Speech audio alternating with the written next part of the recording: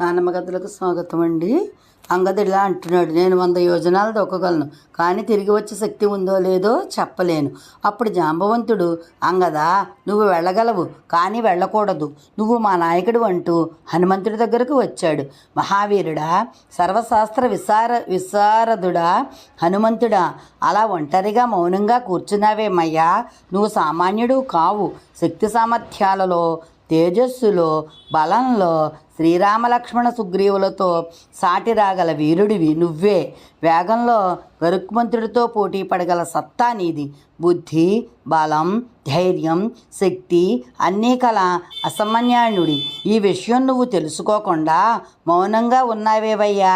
శాపవశాత్తు పుంజికస్థల అనే అప్సరస అంజన అనే వానర స్త్రీగా పుట్టింది. ఆమెకు కేసరి అనే వానరవీరుడికి వాయుదేవుడి అంశతో నువ్వు పుట్టావు.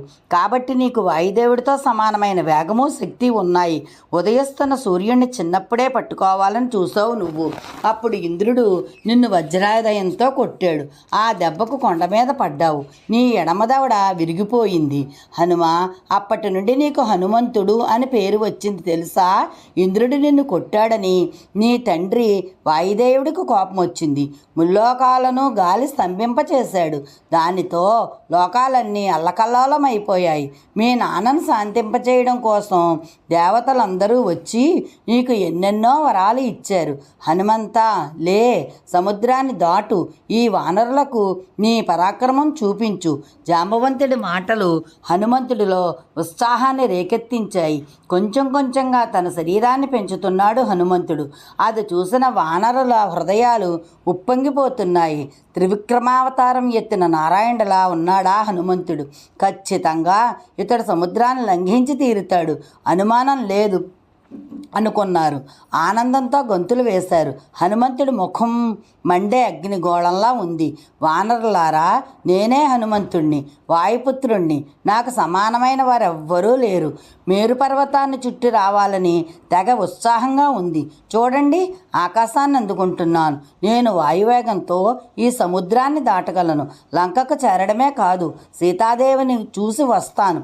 సీతాదేవి కనిపించకపోతే లంకను కూకటివేళ్లతో సహా పెకలించి తీసుకురాగలను.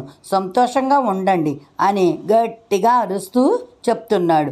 అప్పుడు జాంబవంతుడు, హనుమంతా, నువ్వు విజయం సాధించాలని మేమంతా ఇక్కడ పుణ్యకార్యాలు చేస్తూ ఉంటాం. గురువులు, ఋషీశ్వరుల అనుగ్రహంతో ఈ సముద్రాన్ని లంఘించు. మా జీవితాలు నీ చేతుల్లో ఉన్నాయి.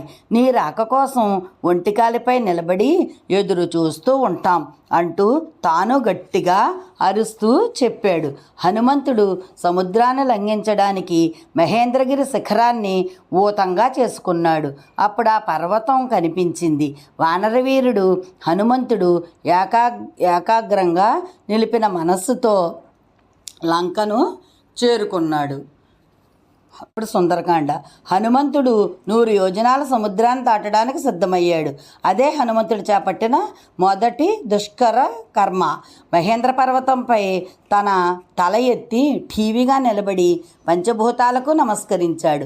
తూర్పువైపు తిరిగి తన తండ్రి వాయుదేవుడికి మొక్కి శరీరాన్ని పెంచాడు. మహేంద్ర పర్వతం గజగజలాడింది. ఆ గుహల్లో ఉన్న సిద్ధచారణ, యక్ష, కిన్నెర దంపతులు భయంతో ఆకాశంలోకి ఎగిరిపోయారు. హనుమంతుడు ఒక్కసారి ఒళ్ళు విదిలించి మేఘంలా గర్జించి తోకను కదిలించాడు. ఆ తోక అలలుగా కదిలింది. గరుక్మంతుడు ఎగరేసుకుపోతున్న పాములా ఉంది. దృఢంగా నిలబడి సుదీర్ఘాలు బలిష్టాలు అయిన తన బాహువుల్ని నడుంపై మోపి మోకాళ్ళను వంచి మెడ బిగించి చెవులు రిక్కించి ఆకాశం వైపు చూశాడు. గట్టిగా పీల్చిన ఊపిరిని గుండెల నిండా బిగబెట్టి, వానరులారా, ముల్లోకాలను గాలించి ఎలాగైనా సీతాదేవి జాడ తెలుసుకుంటాను, లేకపోతే రావణ్ణి బంధించి తెచ్చేస్తాను, లేదా అతడితో సహా లంకను పెళ్లగించి తీసుకువస్తాను అని ప్రతిజ్ఞ చేసి రివ్వున ఆకాశంలోకి దూసుకుపోయారు హనుమంతుల వారు. ఆ వేగానికి చెట్లు ఆత్మబంధువును కొంత దూరం దాకా సాగనంపుతున్నట్లు హనుమంతుడితో పాటుగా ఎగిరి వచ్చి సముద్రంలో పడ్డాయి. ఆ చెట్ల నుంచి పువ్వులు సముద్రంలో రాలిపడ్డాయి. ఆ సముద్రం చుక్కలు పొడిచిన ఆకాశం అయ్యింది. కింద సముద్రం అల్లకల్లోలమై 2 పాయలుగా చీలింది. అప్పుడు సముద్రం అడుగున ఉన్న తిమింగలాలతో సహా అన్ని జలచరాలు కనిపిస్తున్నాయి. పాములైతే తమను తినడానికి గరుత్మంతుడే వచ్చాడని హడిలి చస్తున్నాయి. రెక్కల పర్వతంలా హనుమంతుడు ఆకాశంలో ఎగురుతూ ఉంటే అతని నీడ సముద్రంపై 10 యోజనాల వెడల్పు 30 యోజనాల పొడవు వ్యాపించింది. అది సముద్ర జలాలపై వాలుగాలికి కదిలే నావలా సాగుతోంది. అదృశ్యమవుతూ అంతలోనే కనిపిస్తూ అచ్చం మబ్బులతో దోబూచులాడే చందమామలాగా సాగిపోతున్నాడు హనుమంతుడు. సూర్యుడు తాపం తగ్గించి హనుమంతుడికి సహకరిస్తున్నాడు. వాయువు చల్లగా వీస్తూ సేవిస్తున్నాడు. వేగంగా వస్తున్న హనుమంతుడిని చూశాడు సముద్రుడు. తన పుట్టుకకు కారకుడైన సగరుడు ఇక్ష్వాకు వంశం వాడు ఇప్పుడు ఈ హనుమంతుడు. అదే వంశానికి చెందిన శ్రీరామచంద్రుడు పని మీద వెళ్తున్నాడు కాబట్టి ఏదైనా సాయం చేసి కొంతైనా రుణం తీర్చుకోవాలని తనలో తను దాచుకున్న మైనాకుడిని పంపించాడు. మైనాకుడు తన బంగారు శిఖరాలతో సముద్రం నుంచి బయటికి వచ్చాడు. హనుమంతుడు మైనాకుడిని ఢీకొట్టాడు.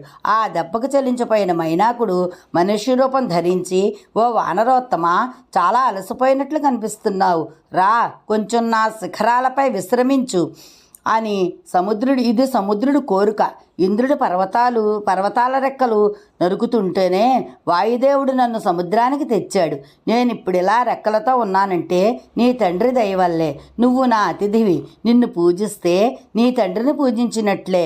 అతిథిగా వచ్చిన వాడు సామాన్యుడే అయినా ఆదరించాలి. నీలాంటి మాన్యుడు అసామాన్యుడే వస్తే వేరే చెప్పాలా అన్నాడు. పర్వతోత్తమ, మైనాక, చాలా సంతోషం. చేయవలసిన పని చాలా ఉంది. సమయం అట్టే లేదు. పొద్దుపోతోంది. పైగా మధ్యలో ఎక్కడా ఆగకూడనది నా ప్రతిజ్ఞ.